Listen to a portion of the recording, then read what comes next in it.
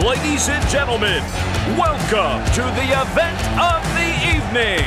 In the red corner, we have the football analyst with sharp insights and expert analysis, Edward Kalantarian. And in the blue corner, please welcome the brilliant and passionate football expert, Armen Karamyan.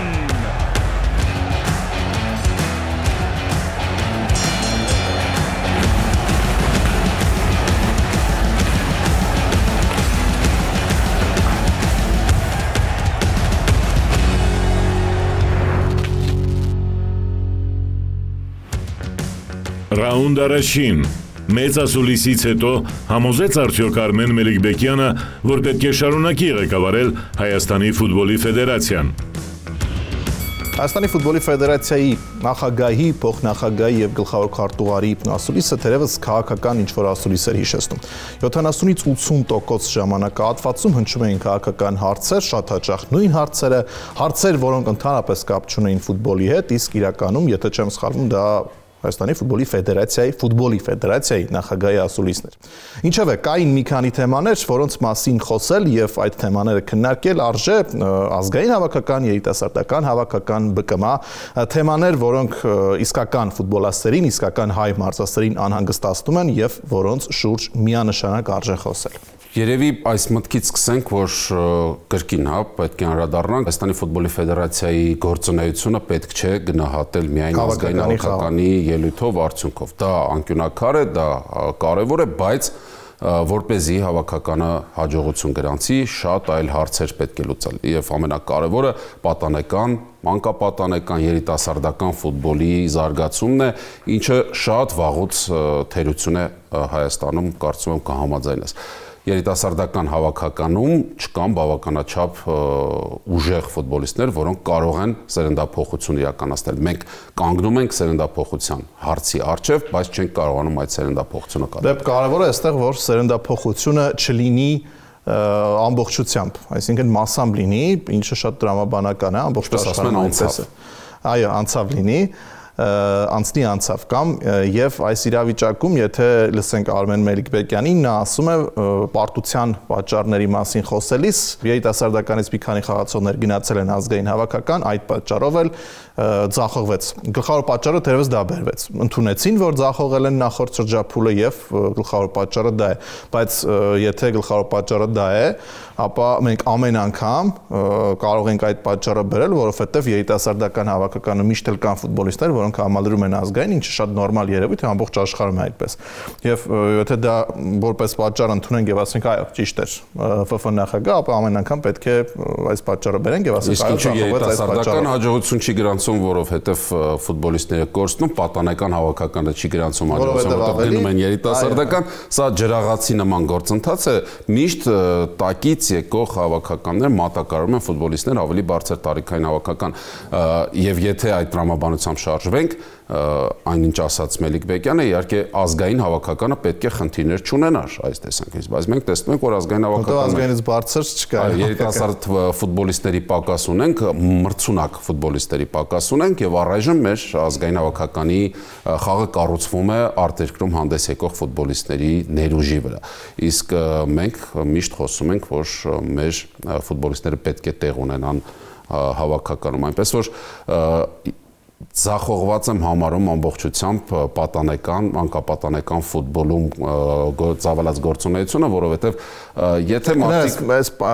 այս խոսքիդ վրա մի հարց տամ, ամբողջությամբ մեղքը Հայաստանի ֆուտբոլի ֆեդերացիային է այս իրավիճակում։ Իհարկե ոչ։ Իսկ մեծամասամբ Դե նայած որ կոնկրետ գործոնը վերցնենք։ Եթե ֆուտբոլիստերին աճեցնելու մասին ենք խոսում, իհարկե մեծամասամբ ակումբների հարցն է։ Ակումբները պետք է կարողանան իրենց ֆուտբոլիստերին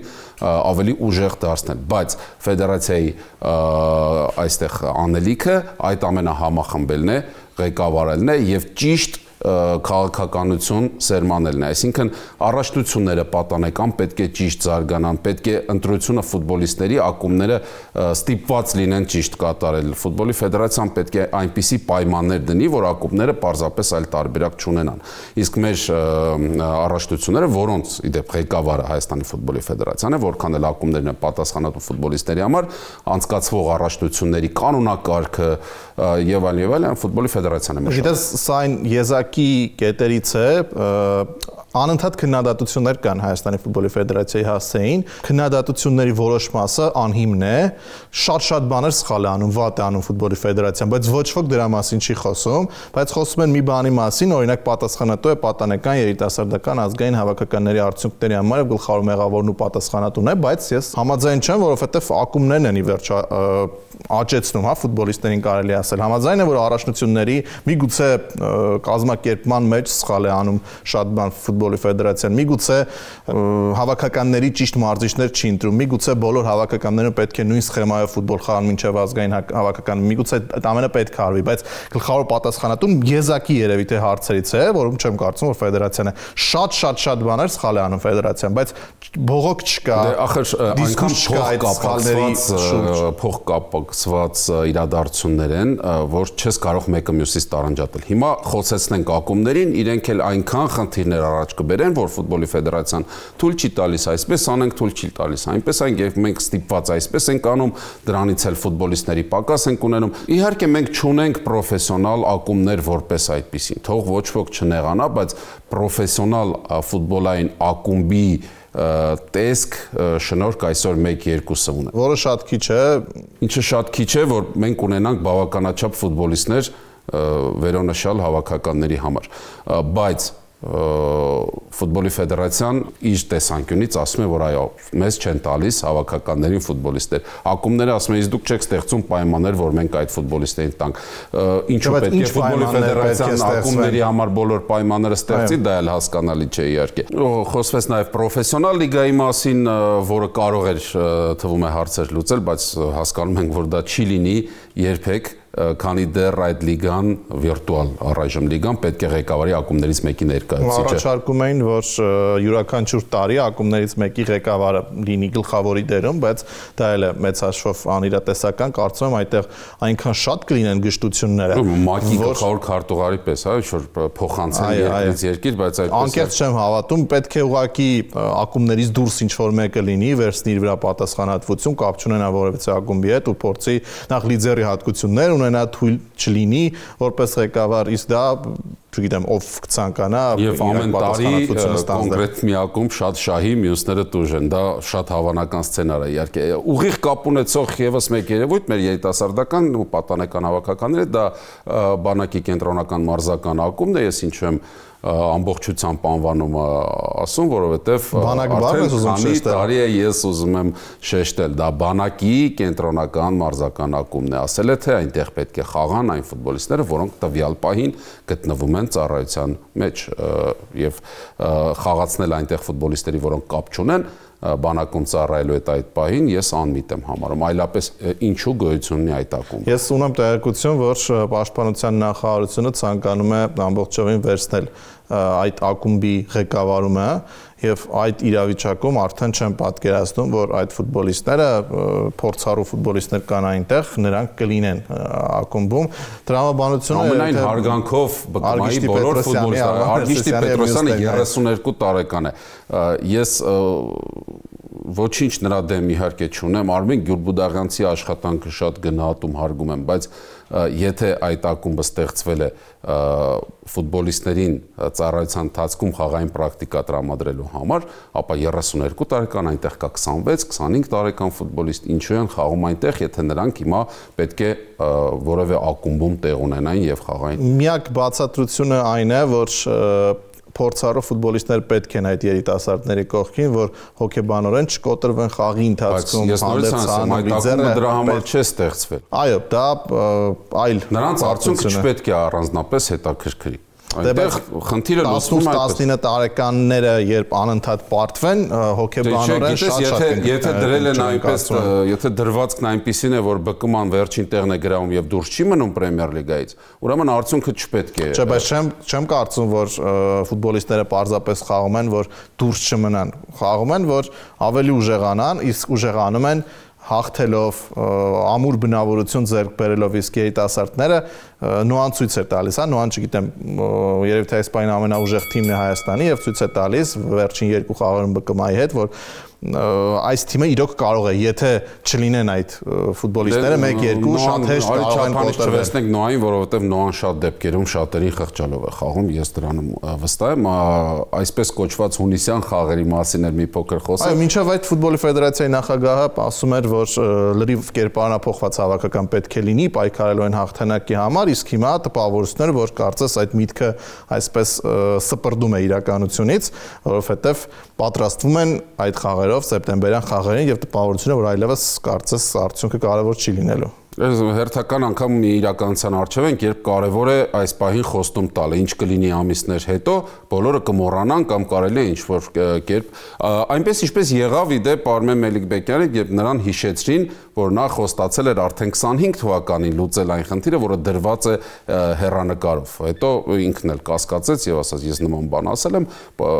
տեսանյութերով ապացուցվեց, որ նման բաներ ասել է։ Մի խոսքով հունիսին ինչ է լինելու, առայժմ չի հասկանում ոչ ոք։ Իսկ ինչ են կարծում մեր փորձագետները, կարծում եմ ավելի հետաքրքիր է հիմա։ Լսենք։ Ես միշտ ասել եմ, որ մեր ֆուտբոլը այսօր ճգնաժամի մեջ է ու դա այդ խնդիրը խորքային է եւ գլոբալ ու միշտ համոզված եմ, այո, մենք պետքա բոլորս հավաքվենք, նստենք սեղանի շուրջ ու քննարկենք այդ լուծումները, թե ոնց դուրս գանք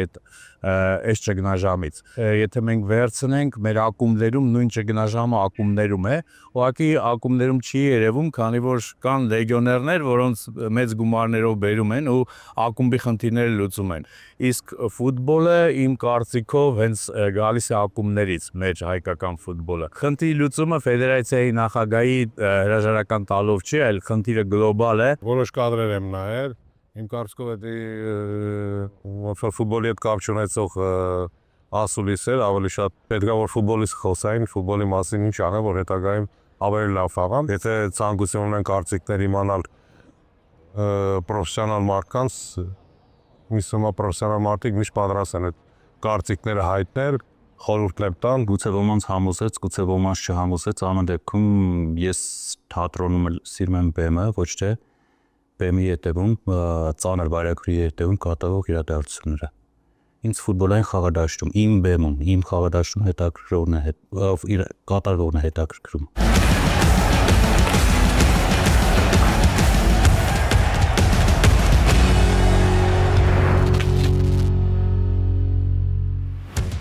Ռաունդ երկրորդ, Չեմպիոնների լիգա, առաջին խաղերից հետո Մադրիդի Ռեալն ու Մյունխենի Բավարիան կիսաեզրափակիչ դուրս կգան, թե ոչ։ Սկզբում կցանկանամ խոսել նախորդ հաղորդման ընթացքում հնչեցրած կարծիքիս մասին, ես սխալվեցի։ Էդուարդը ճիշտ էր եւ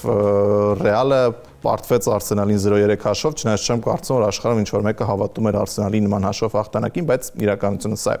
Ամեն դեպքում ես մնում եմ այն կարծիքին, որ Ռեալը դեռ հնարավորություն ունի, շատ աննշան, բայց հնարավորություն ունի եւ ընդհանրապես դա կապ չունի Սանտիագո Բեռնաբեուի մոգական երեկոների հետ։ Ոչ, Ռեալը մնում է Ռեալ եւ աննշան հնարավորություն ունի։ Սխալվեցի նաեւ ասելով, որ Բավարիան կարողան է հաղթել Ինտերին, բայց շարունակում եմ պնդել, որ Բավարիան դեռ հնարավորություն ունի, հաշվի առնելով առաջին խաղի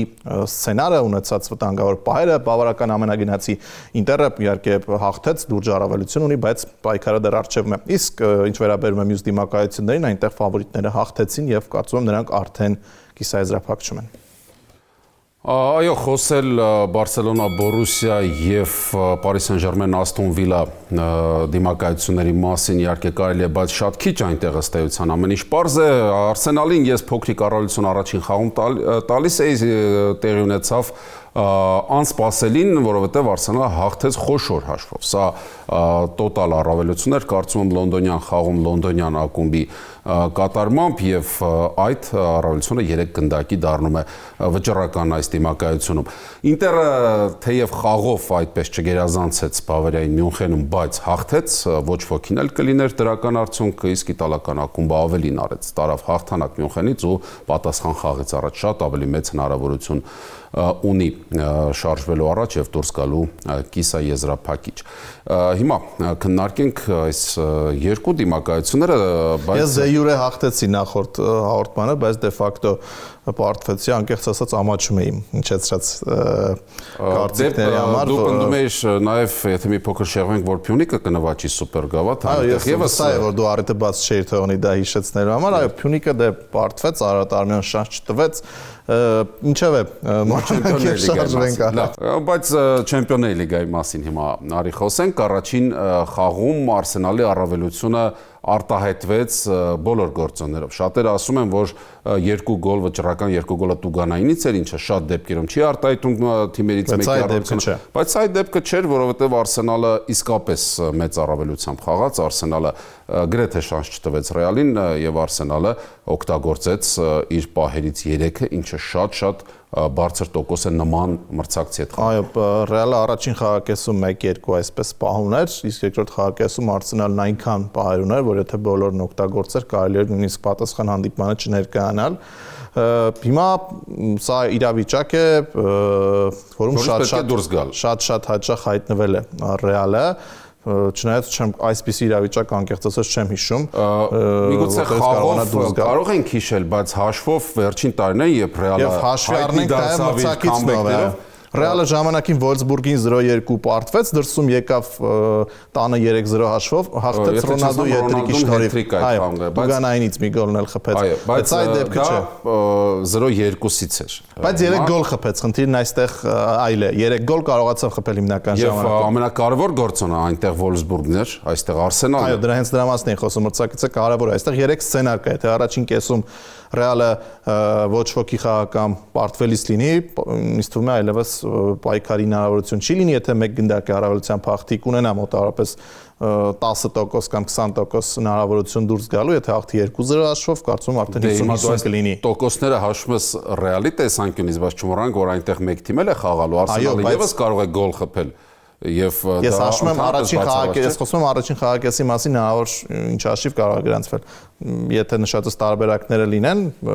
Ռեալը կունենա հնարավորություն, բացի 0-0-ից եւ 0-1-0-2-ից։ Ես ամեն դեպքում համաձայն եմ, որ երբ Ռեալը խաղում է փլեյ-օֆում, Չեմպիոնների լիգայի խաղում է տանը, այնտեղ ոչինչ բացառել պետք չէ։ Այնպես ինչպես Լիվերպուլը Էնֆիլդում խաղալիս ամեն ինչ կարող է Ռեալը առավել եւս տանը ամեն ինչ կարող է, բայց Արսենալը զգացել է համը, Արսենալը զգացել է, որ կարող է նման մրցակցի հետ իրեն վստահ զգալ եւ ես կարծում եմ, որ այս դիմակայության ելքը վճռվեց Լոնդոնում։ Թեև Ռեալը կարող է ինչ-որ բան անել տանը, բայց 2 խաղերի արդյունքում հաղթել դժվար կարող է։ Տեսնենք ամեն դեպքում հետաքրքիր միանշանակ լինելու է։ Մյուս դիմակայության մասին Ինտերը հաղթեց դրսում եւ ինչն է հետաքրքիր, որ տարիներ առաջ Բավարիա Ինտեր դիմակայությունում Գորան Պանդևը հենց նույն րոպեին, նույն վայրկյանին գոլ էր խփել եւ 2-1 հաշվով հաղթել էր Ինտերը, հիմա էլ այստեղ կարողացավ էլ Ինտերը գոլ խփել եւ 2-1 հաշվով հաղթեց, բայց անկեղծ չեմ կարծում, որ դիմակայությունում շատ մեծ առավելություն ունի Ինտերը, որովհետեւ Բավարիան շատ բայր ստեղծեց, չօգտագործեց։ Շատ մեծ առավելություն, նայած ինչ ենք հասկանում, Ինտերը հաղթել է դրսում, թեև բայց Բավարիային է հաղթել։ Մրցակցի արգիտակ գոլերի քանակը այլևս այն առավելությունը չի տալիս, բայց հաղթել է եւ Ինտերը այնքան տիպիկ իտալական թիմ է, այսօր այդ տիպիկ ֆուտբոլ խաղացող իտալական ակումբները քիչ են, Ինտերը պահպանում է այդ դասական տարբերակը միգուցե ինչ որ չափով Յուվենտուսի հետ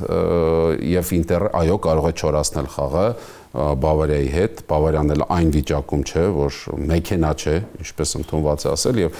Ինտերը կարծում եմ գոնե ոչ ոքի կկարողանա տանը խաղալ եւ այս դիմակայությունում կհաղթի ու կշարժվի առաջ, երևի թե դժվար էր սպասել, որ Ինտերը կհաղթի առաջին խաղում։ Ես ասում եի դրական արդյունք կլինի անգամ ոչ ոքին։ Այնտեղ արդեն տունը ավելի լուրջ խնդիր էր պետք լուծել, բայց հիմա Ինտերը կարող է պաշտպանվել, այն ինչ շատ սիրում է անել եւ մենք կրկին վստահ եմ Մխիթարյանին կտեսնենք Չեմպիոնների լիգայի կիսաեզրափակում, առնվազն կիսաեզրափակում։ Իսկ այնտեղ այդ զույգի հաղթողին, հավանաբար Ինտերին ընդառաջ է գալիս Բարսելոնան, որը շանս չտվեց Դորտմունդի Բորուսիային։ Շատ հետաքրքիր դիմակայություն կվերածնվի Ինտեր Բարսելոնա, ժամանակին այդ դիմակայությունը Սարթարեցին Սերխիո Բուսկետսը եւ Ժոզե Մոուրինյոն 2010-ի կիսաեզրափակիչ։ Այո, երբ հետո Ինտերը Դիեգո Միլիտոյի դուբլով հաղթեց Բավարիային եզրափակում, այստեղ իսլանդական հրաբուխների հայտնի ժամանակաշրջանը, երբ Բարսելոնան ավտոբուսով մեկնեց Միլան եւ այլ, բայց հիմա դա արդեն պատմություն է։ Բարսելոնան երևի ավելի վստահ հաղթեց, քան կարելի էր սպասել։ Բորուսիայից իր պահերը չօգտագործեց, սա խաղ էր, որտեղ Դորտմունդը պարտավոր էր իր ունեցած հնարավորությունները օգտագործել, եթե ուզում էր ինչ-որ բանի համար պայքարել, բայց Գիրասին շատ անփույթ էր մոտենում իր հնարավորություններին։ Գիտենսը պասիվ էր տարօրինակ։ Այո, եւ չկա այստեղ պայքար միանշանակ, սա այն Բորուսիան չէ, երբ տանը Ռեալին Ռոբերտ Լևանդովսկի պոկերով կարող է ջախջախել, կարող է հաղթել, չգիտեմ ոչ ոքի խաղացել։ Դորտմունդի Բորուսիայի իր նախկին թիմի դեմ ունի ֆանտաստիկ վիճակահանում, 28 գոլ, դուբլ, չէ, գրանցած, ուրեմն 29 գոլ, սա դահիճ է ուղղակի իր նախկին թիմի համար, իսկ Ասթոն Վիլան համաձայն է, որ արեց ավելին, քան նրանից սպասել։ Եթե չլիներ PSG-ի գոլ ավելացված ժամանակում 2-1 հաշվով հաղթանակը ընդունելի էր Ասթոն Վիլայի համար։ Համաձայն չեմ, որովհետև Ասթոն Վիլան գոլ խփեց մրցակցի ֆուտբոլիստի անփույթ խաղի հետևանքով։ Այո, քիչ չէ, արագ գրոհ կազմակերպեցին եւ եզրափակեցին։ Փարիզը կարող էր շատ ավելին անել, բայց այնտեղ դարպասում առնվազն վատ դարպասապատ չէ եւ Պարիս Սեն-Ժերմենը ամեն դեպքում վստահ եմ, որ արդեն կիսաեզրափակում է։ Նույնիսկ դիմակայությունից առաջ կհամաձայնեմ, թեև Ասթոն Վիլան ավելի վատ վիճակում ըստ էության պետք է գար տնային խաղին, բայց ընդունելի տարբերակ է այդ պարտությունը 1-3 հաշվով։ Մեր փորձագետներին հարցրել ենք ունեն արդյոք շանսեր Ռեալը եւ Բավարիան առաջին խաղերից հետո, լսենք ինչ են նրանք ասում։ Ինտերը շատ լավ հաղթանակ տարավ Բավարիայում ու իմ կարծիքով Ինտերը այսօր ավելի կարգապատ թիմ է, ճիշտ է Բավարիան մեծ ներուժ ունի ու դժվար խաղ է սպասվում Ինտերին, բայց հուսով եմ, որ Ինտերը կարող է առաջ անցնել ու հաղթանակով ավարտել։ Ռեալի հետ կապված Արսենալը այս տարի ցույց է տվել, որ շատ կայուն թիմ է, լավ ֆուտբոլ է խաղում ու Ռեալի համար շատ դժվար է լինելու այսպես 3 գնդակի տարբերությունը հետ բերել։ Ամեն դեպքում Ռեալին դժվար կլինի Արսենալին անցնել։ Ռեալին մի քիչ կասկածում եմ, բայց ինձ թվում է Բավարիան մի քիչ Բավարիայի խնդիրը ավելի հեշտ է, քան թե Ռեալինը։ Չնայած Սանտիագո Բեռնաբեում կարող է եւ լավ խաղ ցուցադրեն։ Ամեն ինչ հնարավոր է, այսինքն ուզում ասեմ, բայց Բավարիան 50% շանս ունի, իրաց տոկոսային հարաբերությունով 50-50 եմ գնահատում։ Ռեալ Մադրիդ Արսենալը մի քիչ ավելի 70-30, որտեղ այս տարի շատ լավ է խաղում Արսենալը։ Կարծեմ, որ ոչ Բավարիան, ոչ Ռեալը դուրս չեն գա, իհարկե հետո ինձ դեռ են երկու այդ ակումբների իմ ընկեր բարեկամ հայրենակիցներս, բայց ամեն դեպքում չենք մոռանում, որ Բավարիան առհասարակ Գերմանիայի կարկառուն ներկայացիչ է, գերմանական ֆուտբոլի դրոշակակիրն է, եւ դա Բավարիա Էլ Ռեալի համար չասեմ, որ Ռեալը նույնիսկ հավատում եմ, որ հնարավոր է 3-0-3-ից հետո քեմբեք առնում։ Հակված եմ, որ Ռեալն ու Բավարիան դուրս կմնան հետագա մրցապայքարից։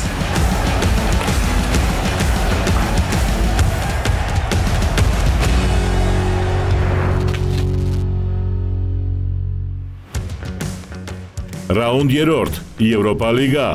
Քառորդ եզրափակչի հավասար պայքարում անցած առաջին խաղերից հետո ովքեր են հաջորդ փուլ դուրս գալու ֆավորիտները։ Մեր հաղորդման շրջանակում շատ քիչ ենք խոսում Եվրոպա լիգա եւ կոնֆերենցիաների լիգայի խաղարկությունների մասին, բայց քանի որ այնտեղ եւս քառորդ եզրափակիչն է արժե անդրադառնալ, առավել եւս որ Եվրոպա լիգայում առաջին հանդիպումներից հետո գրեթե բոլոր դիմակայություններում հավասարություն է, Իսկ կոնֆերենցիաների լիգան հետաքրքիր է այն պատճառով, որ Վահան Բիչախչյանն է այնտեղ իր Լեգիայի հետ հանդես գալիս, բայց բաժին հասավ ամենաբարդ մրցակիցը եւ առաջին խաղում Լեգիան 3 գնդակ բաց թողեց Լոնդոնի Չելսի, դժվար կլինի իհարկե, եթե ընդհանրապես հնարավոր է վերադառնալ այս հաշվից Չելսիի դիմակայությունում, իսկ Եվրոպա լիգայում ամենահետաքրքիրը պատասխան խաղերում է, մենք քիչ հետո կքննարկենք այդ զույգերում ստեղծված իրավիճակը։ Եվրոպա լիգայում շատ հաճախ ասում են պայքարն ավելի թեժ է լինում եւ այս իրավիճակում քառորդ եզրափակում ունենք իրավիճակ, երբ հայտնի չէ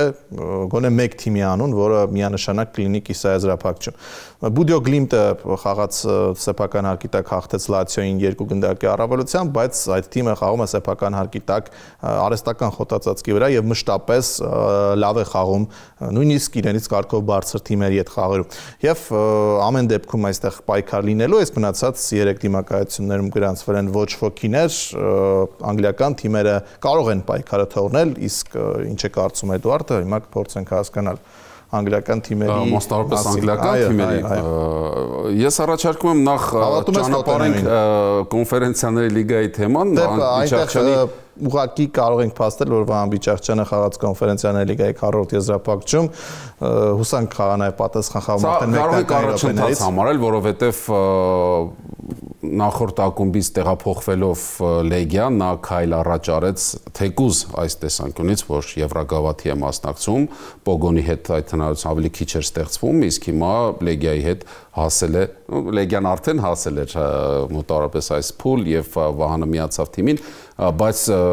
դաժան էր վիճակահանությունը եւ Չելսիի հետ անելիք ըստ էության Լեգիան չուներ ինչ ապացուցեց 0-3-ից հետո արդեն անհնարավոր դառնալ նույնիսկ մրցակցի հարկի տակ Նոայի ամբողջ կազմից հետո այսպես կարող ենք ասել եւս մեկ մեզ հետաքրքրող անձնավորություն հայ ֆուտբոլիստ կխաղա Չելսիի հետ նրա դաշտում եւ տեսնենք Վահանը միգուցե այնտեղ կկարողանա ավելի լսելի դարձնել իր անունը Եվրոպայում։ Սա շանս է, պետք է դրանից օգտվել։ Հիմա Եվրոպա լիգայի եւ անգլիական ակումբների մասին որ մեկից սկսենք Մանչեսթեր Յունայթեդ Օլիմպիկ Լիոն։ Հավատում ես Մանչեսթեր Յունայթեդին։ Եթե անկեղծ ոչ, որովհետեւ Այո, մրցակցի դաշտում Յունայթեդը բաց թողեց հաղթանակը վերջի րոպեներին դարպասապայի սխալի պատճառով, իսկ ինչու այդ սխալը դարպասապայի կամ պաշտպանության կողմից չի կարող լինել տնային խաղ։ Դե միշտ էլ կարող է լինել, կարող է նաև սխալ թույլ Յունայթեդը այնքան վատ վիճակում է այս պայծրությամբ եւ դրանից հետո Նյուքասլից գրած խոշոր հաշվով պարտությունը եւս մեկ վկայություն է բայց Յունայթեդը այնքան է տապալվել այս ես ներողություն ինչ եմ ուզում ասել այնքան շատ են Մանչեսթեր Յունայթեդի խնդիրները հիմա որ դարձել է ոչ էական որտեղ է այս թիմը խաղում Օլդ Տրաֆորդում ժամանակին բոլորի համար բարդ էր հիմա այդպես չէ Ֆերգիթայի հասկացությունը վերացել է հիմա Լիոնի Օլիմպիկը իր փայլուն խաղացողներով իր փայլող Միկաուտաձեով կարող է գալ այստեղ եւ նորից գոլեր խփել ու տանել հաղթանակը ես դրան ավելի շատ եմ հավատում քան նրան որ Յունայթեդը տանը կկարողանա կոտրել մրցակցի դիմադրությունը այս պայն հավատում եմ Մանչեսթեր Յունայթեդին 60-40 այսպես առավելություն կտամ Յունայթեդին Յունայթեդը շատ է սխալվել վերջին տարիներին սխալվեց նաեւ Դավիթ Դեխեային բաց թողնելով բերելով Անդրե Օնանային դե տեսեք ինչ դարպասապային բերել բայց ինչքան է սխալվում Անդրե Օնանան անկախ դրանից Յունայթեդը երբ բռնում է խաղը կարող է արդյունքի հասնել կարևոր է որ սեփական հարկի տակ է խաղում կարևոր է որ Բրունո Ֆերնանդես ունի լուսավոր կետերից մեկն է կամ միակ լուսավոր կետն է այս թիմի այս պահին չգիտեմ այնքան է նորից եմ ասում ձախողել առաջնությունը այլ մրցաշարեր եւս որ այստեղ երևի թե ամբողջ կենտրոնացումը այստեղ է նույնիսկ չեն ցանկանում բարձրանալ Պրեմիեր լիգայում լավ է 13-14-րդ տեղերում մնալը ու կհաղթեն չգիտեմ հիմնական ժամանակում կամ էքստրա թայմում բայց կհաղթեն Տեսնենք Տոտենհեմը ոչ պակաս խայտարակ վիճակում է վատ վիճակում է եւ այո թեպետ կարողացավ ոչ ոքի խաղալ Այնտրախտի հետ, բայց խաղաց տանը այդ ոչ ոքի եւ հիմա Գերմանիայում ավելի բարդ է լինելու, Տոտենհեմը դրանից հետո Վուլվերհեմփթոնին պարտվեց, այսինքն շարունակում է անհաջողությունը։ Երկրորդ տասնյակում է Տոտենհեմը, իսկ Այնտրախտը երրորդ տեղում է Բունդեսլիգայում։ Եվ Այնտրախտը այնքան լավ ընթացքի մեջ է հիմա, որ տանը շատ հանգիստ կարող է Տոտենհեմին հաղթել, բայց ես այստեղ ինչու եմ որոշակի առավելություն տալիս Տոտենհեմին, անգլիական ակումբը ավելի մեծ փորձ ունի եւ կարծում եմ այդ ոչ ոքին սեփական հարկի տակ վճռական չի լինելու Այնտրախտի համար Տոտենհեմը կկարողանա այ միգուցե այստեղ ես կտամ հավանականություն որ կգնա լրացուցիչ ժամանակ միգուցե 11 մետրանոցներ բայց որոշակի առավելություն այս պարագայում ես Տոտենհեմին տալիս Դե տրամաբանորեն արդեն ես Այնտրախտի կողմից եմ չնայած Օմար Մարմուշի կորստին բայց Այնտրախտը շարունակում է ցույց տալ որ թիմային ֆուտբոլ է խաղում եւ անհատները չէին որոշում Այնտրախտի հարցերը կհաղթի Այնտրախտը, չգիտեմ, նորից հիմնական ժամանակում թե լրացուցիչ ժամանակում, բայց կլինի կիսաեզրափակում։ Athletic Rangers զույգում կարծում եմ այստեղ ոչինչ չկա քննարկելու, առաջին խաղում 11 մետրանոց ճիրացրին Արդեն Շոտլանդիայում պետք է հաղթեր Ատլետիկա, եթե անկեղծ։ Տանը կարծում եմ ոչ մի խնդիր չի ունենա, կհաղթի եւ կլինի կիսաեզրափակում։ Համաձայն եմ ամբողջությամբ, իսկ Լացիո Բոդիո հեշտ չի լինելու, բայց Լացիոն Եվրոպա լիգայում իդեպ շատ լավ է խաղում այս տարի։ Ի տարբերություն Ասերիայի, չնայած Ասերիայում էլ վատը չէ, Ռոմյան դերբիում ոչ ոքի Ռոմայի հետ խաղացին, շատ ցածր չէ տրամադրությունը, այդ խաղի արդյունքը իրականում շատ կարևոր է Լացիոյի եւ նաեւ Ռոմայի ֆուտբոլիստների համար, արհեստական խոտածածկը կարծում եմ օգնում է Բուդիո Գլիմտին, մենք Փյունիկի հետ խաղում էլ համոզվեցինք, որ շատ լավ են իրենց զգում արհեստականի վրա, իսկ բնականի վրա արդեն այստեղ Լացիոն Ռոմում կարծում եմ կհաղթի։ Կարծում ես կկարողանա հաղթել կհաղթի հաղթանակը բավական չէ, պետք է հաղթել այնպես, որ անցնել։ Կարծում եմ այո, ունի։ Դե այս պայն ֆավորիտը Բուդիո Գլիմտն է, բայց կարծում եմ Լացիոն դեռ կպայքարի։ Ես այնինչ տեսնում եմ Լացիոյի կատարմամբ այս մրցաշրջանում շատ երկակի տպավորություն է։ Նրանք կարող են փայլուն հանդիպում անցկացնել, կարող են ձախողված, կայունություն չկա։ Այո, հռոմեական դերբիում Ռոմայի հետ երևի շատ տրամաբանական ոչ ոքի էր մոտավորապես նույն վիճակում գտնվող թիմեր են, կար այնտեղ սկզբունքայնություն, բայց Նորվեգիայում կրած պարտությունը շատ անհարմար հաշվով է 0-2, իսկ դա հետ բերելու համար ուղղակի Լացիոն իրավունք չունի որևէ սխալ թույլ տալ պաշտպանություն։ Բոդիո Գլիմտը ունի ներուժ պատժելու մրցակցին, թեև բավական կլինի երկու գնդակ բաց չթողնել, այնպես որ ես կարծում եմ այստեղ Բոդիո Գլիմտը կշարունակի ճանապարհը եւ դուրս կգա կիսաեզրափակիչ, այսպես կոչված նորվեգական հեքիաթը այս ակումբի եվրագավաթներում արդեն քանի տարի է շարունակվում է եւ եւս մեկ շարունակական այսպես ընթացք ունենա։ Լսենք փորձագետներին։ Լսենք։ Նորվեգական թիմը Բուդոն ես կասեի, գիտեք ինչ, շատ լավ թիմ է, կարգապահ ու գիտեք ինչ, շատ ուրախալ է, որ նրանք խաղալով նորվեգացի ֆուտբոլիստներով կարողացան տանը հաղթել Լացիոյի նման թիմին։ Ու հետաքրքիր կլինի, որպեսզի Բուդոն անցնի առաջ ու հաղթարի տարգեկը Լացիոյի։ Իսկ մյուս խաղերում կասեմ շատ հետաքրքիր խաղ է սպասում Մանչեսթեր Լիոն խաղը, որ երկու թիմերն էլ հավասարազոր են, շատ հետաքրքիր խաղ կլինի, բայց ամեն դեպքում իմ կարծիքով Մանչեսթեր Յունայթեդը պետքա որ հաղթի։ Ռեյնջերսը գիտեք ինչ, ավելի հետաքրքիր ֆուտբոլ է խաղում, բայց Բիլբաոն էլ պաշտպանությունն շատ լավ ու ավելի հավանություն կտամ երևի Ռեյնջերսին։ Տոտենհեմ գիտեք ինչ, ավելի շատ գերմանական ֆուտբոլը ավելի կարգապահ է, բայց Տոտենհեմը ավելի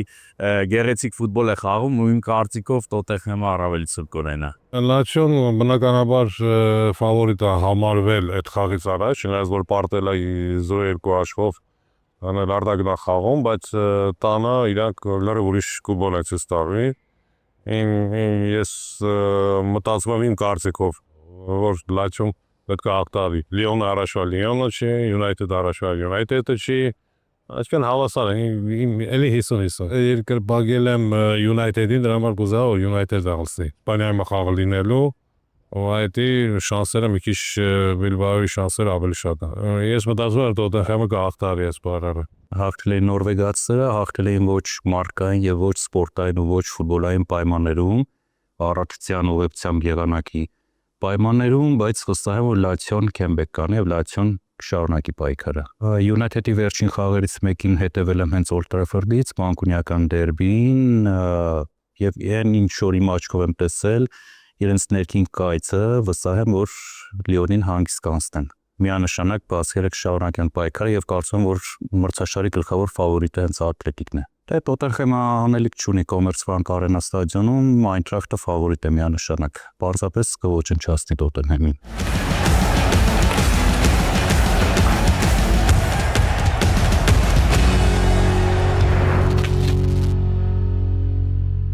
Ակումբային ամենահեղինակավոր մրցաշարի ֆանտաստիկ երեկոների սպասումով մենք շարունակում ենք տառապել հայկական ֆուտբոլի խնդիրներով։ Իսկ ես մաղթում եմ չտառապենք, այլ վայելենք հայկական ֆուտբոլը Չեմպիոնների լիգայում էլ ինչպես միշտ ամեն ինչ հրաշալի է, մենք հանդիպելու ենք ուղիղ 1 շաբաթից այս տաղավարում առաջ։ Հաջողություն։ Ladies and gentlemen, welcome to the event of the evening. In the red corner, we have the football analyst with sharp insights and expert analysis, Edward Kalantarian. And in the blue corner, please welcome the brilliant and passionate football expert,